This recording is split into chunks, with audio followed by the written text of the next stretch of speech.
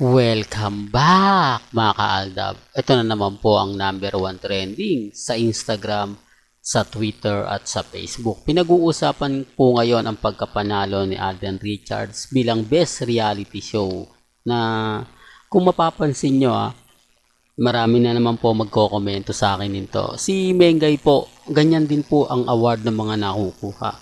Best reality show, best host for reality. Di po ba? Totoo naman po Ano nga po ba yung achievement na nakakuha ni Mengay?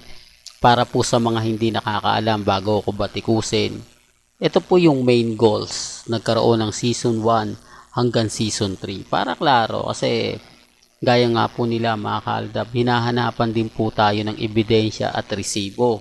Sinasabi nila na walang katotohanan ang mga sinasabi ni Mr. Destiny. Pero kita nyo naman po na kapag ako nagbibigay ng mga update, 101% po yan.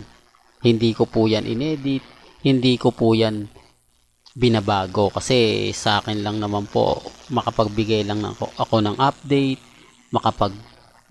kumbaga mapanatili po natin ang Aldab Nation na kampante, matatag.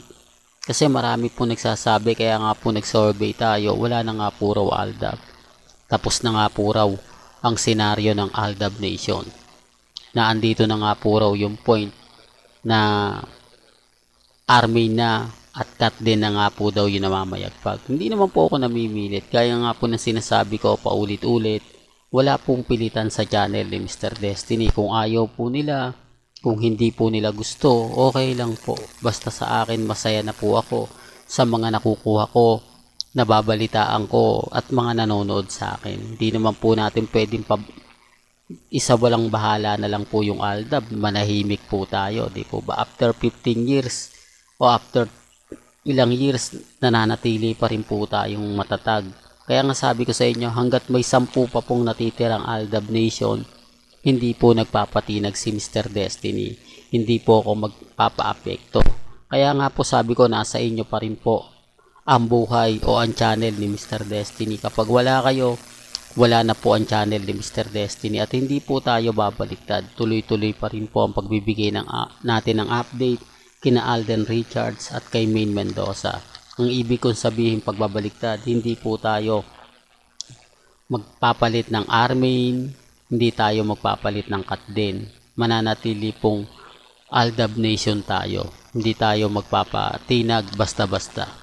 Po ba?